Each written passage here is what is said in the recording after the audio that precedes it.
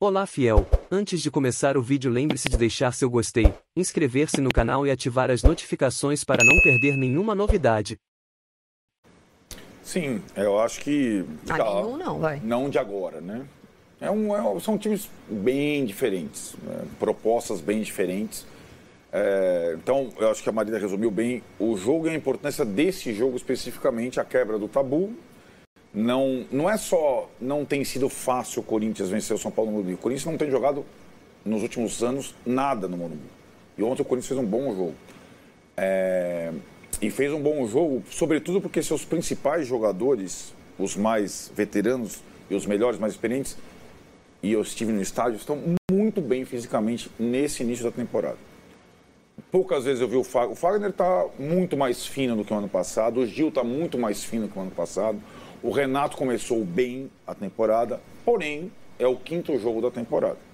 Então, para o Corinthians, vislumbrando o que será a temporada inteira, quando tivermos, e o Corinthians jogou, lembra que a gente falou, na terça-feira. Então, de terça-feira a domingo, esses jogadores tiveram um tempo de recuperação e foram muito bem. Todos eles, Marília falou, todos eles foram muito bem. Para frente, eu acho que o Corinthians tem que ver no seu planejamento se esse time titular, que sempre foi bom no papel, e ontem estava desfalcado de 2 dos melhores, Fausto Vera e Maicon, e teve organização para tal, se esse time que é bom no papel titular vai conseguir ter reposição à altura para, se o técnico eventualmente errar numa troca, como foi ontem, sustentar o placar, ou a vantagem e tudo mais. Continua para mim sendo um time muito bom e um banco desequilibrado para algumas posições. Para frente, claro, para a dupla de ataque, não é fácil ter reserva à altura dos dois. Para as laterais, claro. Então tem isso para quando a temporada tiver a convergência das principais competições, como aconteceu com o Corinthians no ano passado. A largada do Corinthians esse ano é muito melhor que a do ano passado, pelos jogadores estarem melhores. Acho que eles fizeram a pré-temporada de 60 dias, deu para ver o Corinthians. A pré-temporada de 60 dias, muito bem feita nesse aspecto. Outra coisa, a vitória tem peso 500 para o Lázaro, óbvio, a gente falava aqui, se ele vence no Morumbi, quebrando o tabu, não importa como, 2 chutes, 1 chute, bate na trave, não importa. A estatística o Lázaro quebrou o tabu que outros técnicos não conseguiram quebrar e fez o time ganhar fora de casa um clássico. Ano passado o Corinthians não ganhou do Palmeiras e São Paulo o ano todo. Para ele, pessoalmente, tem muito valor. Eu acho que ele ganha uma ascendência ainda maior em relação ao torcedor e em relação aos jogadores.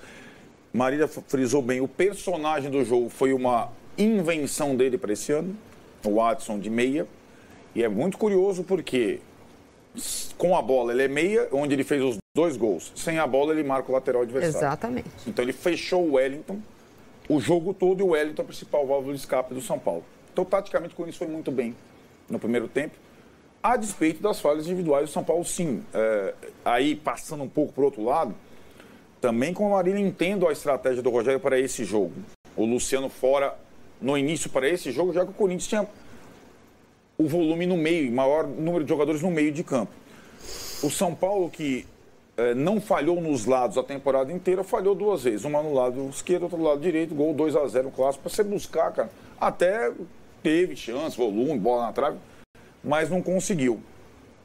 Também não acho que seja, assim como o Rogério falou, o desespero, fora a dificuldade de lidar com uma derrota com 55 mil pessoas para o seu maior rival, quebrando o tabu, o que gera toda a desconfiança, traz toda a carga da temporada passada, com uma diferença.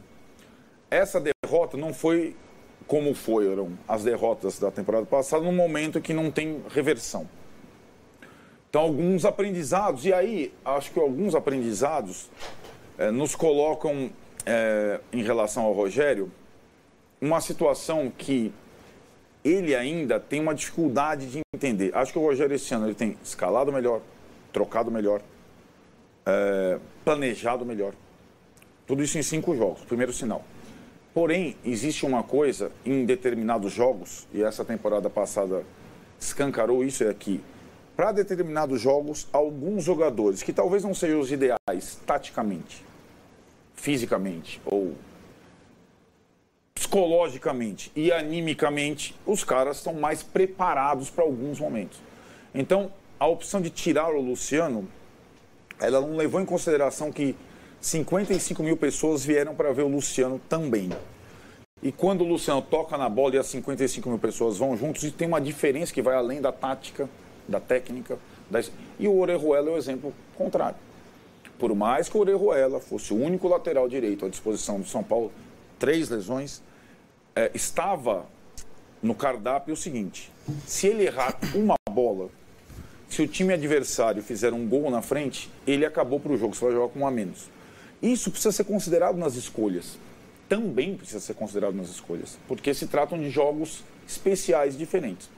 E o que aconteceu no primeiro tempo, embora nenhuma falha gritante tenha sido o Orejuela, o foco foi no Orejuela e ele foi obrigado a tirar o cara no intervalo. Então ele perdeu.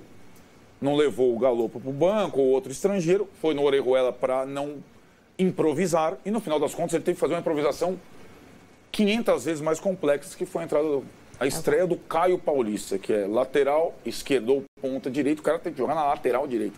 E aí eu acho que, como a Maria falou, essas mexidas do Lázaro, elas até, digamos, elas pouparam o jeito suicida que o São Paulo jogou no segundo tempo. Era o Corinthians um pouco organizado e um pouco mais devoto a um contra-ataque, ele teria matado com 3-0, a gente não estaria conversando. E o Corinthians não fez isso. Pelo contrário, foi retraindo e chamando. Quando perdeu o Rony, acabou, né? E o São Paulo quase empatou o jogo. Né? Quando tira o Yuri Alberto, ele deixa de incomodar a defesa. Então acho que são detalhes interessantes para os dois lados para o que vem por aí. Acho que a semana longa, agora uma semana vaga, ela vai trazer ao Lázaro tranquilidade, maior confiança e vai trazer ao Rogério algumas questões que sempre acontecem com quem perde. Toda derrota traz sequela. Ela não é uma derrota decisiva, mas é uma derrota que vai colocar alguns questionamentos. Essa situação do jogador ideal para determinado jogo, não necessariamente o tático, o aspecto tático ou o aspecto físico, é uma coisa que ele vai ter que lidar nessa temporada, porque ele não soube lidar na temporada passada. Então, para determinados jogadores, tem jogos específicos. O São Paulo não tem nenhum jogador como o Renato Augusto, não terá. Não tem nenhum jogador como o Everton Ribeiro, não terá. Não tem nenhum jogador como sei lá quem. O São Paulo é um time que está se mostrando capaz de ser competitivo como conjunto. A única chance desse time dar certo é não ocorrerem falhas triviais. Se esse time proporcionar uma falha, 2 falhas, não vai ter alguém para tirar da quartola 2 coelhos, né? Como alguns times têm. Então essa é a lição. O São Paulo precisa ser um time quase como foi no Allianz Parque. Um time que não vai falhar. O que simboliza isso, por exemplo, é a partida que o David fez contra o Palmeiras no Allianz, em que o Marcos Rocha... qual que era a discussão? Marcos Rocha não pode jogar. O David engoliu o Marcos Rocha no aspecto defensivo e ofensivo. O Marcos Rocha, que não podia servir para o Palmeiras, foi um dos melhores jogadores em campo contra o Flamengo. Esses detalhes, o David anulou a principal saída do Palmeiras. Com o Fagner, ele vacilou 1 minuto, 1-0 Corinthians. Porque ele não teve a devoção defensiva que teve no Allianz Parque. São detalhes, são jogadores que não são brilhantes, então eles precisam fazer tudo certinho funcionar.